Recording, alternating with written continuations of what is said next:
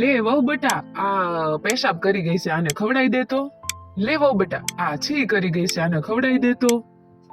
આ બહુ રડે છે, આને ખવડાવી દે એકવાર. લે વહુ બેટા, આને છે ને ઘડીએ ને ઘડીએ ખવડાવતી રહેશે, આ છે ને ભૂખી થાય ઘડીએ ને ઘડીએ. હો, આ ટાઈપની સિચ્યુએશન મોટા ભાગના ઘરોમાં ડિલિવરી પછી જોવા મળે છે કે ચલો બાળકે શું કર્યું, પોટી કરી, બાળક રડવા લાગ્યું છે, બાળક જાગી ગયું છે, તો ચાલો ફીડિંગ કરાવી દઈએ. હવે આવી કન્ડિશનમાં ખાસ કરીને જે ન્યૂ મોમીસ છે એને મનમાં ખૂબ જ મૂંઝવણ થતી હોય છે કે બાળકને શું ખરેખર દર અડધા કલાકે ફીડિંગ કરવાની જરૂર પડે. તો પછી આઈડિયલી બાળકને દર કેટલા કલાકે ફીડિંગ કરાવવું જોઈએ અને કેટલા સમય સુધી ફીડિંગ કરાવવું જોઈએ.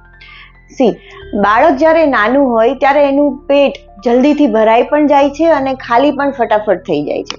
એના માટે 6 અઠવાડિયા સુધી બચ્ચાને જો જાગતું હોય તો દર 2 કલાકે અને જો બાળક સૂતું હોય તો દર 3 કલાકે ફીડિંગ કરાવવું જોઈએ. હવે મોટા ભાગના બાળકનું 70 થી 80% ફીડિંગ શરૂઆતની 5 થી 7 મિનિટમાં જ તે પૂરું થઈ જતું હોય છે.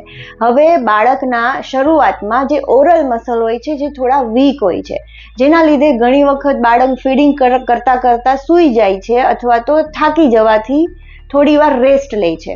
તો આવી કન્ડિશનમાં મેક્સિમમ બાળકને 15 થી 20 મિનિટ સુધી જ ફીડિંગ કરાવવું જોઈએ. 6 અઠવાડિયા પછી બાળકને એની નીડ પ્રમાણે ફીડિંગ કરાવવું જોઈએ. આ સિવાય બાળકને ફીડિંગ કરાવ્યા પછી 15 થી 20 મિનિટ સુધી ખભા ઉપર રાખવું જોઈએ, કેમ કે બાળકનું સ્ટમક નાનું હોવાથી જો ધાવણ ક્યારેક વધારે પડતું ભરાઈ જાય તો બાળક ઉલટી કરી છે અને જો એ ઉલટી ફેફસામાં જાય તો ક્યારેક ગંભીર પરિણામ તેનું આવી શકે છે. તો દરેક બાળકને ફીડિંગ કરાવ્યા પછી ખભા ઉપર રાખવું ખાસ જરૂરી છે. જો આ માહિતી તમને મદદરૂપ રાખી હોય તો તમારા ફેમિલી અને ફ્રેન્ડ્સમાં શેર કરવી અને ખાસ કરીને ન્યૂ મોમીઝને જરૂરથી શેર કરવી. Thank you.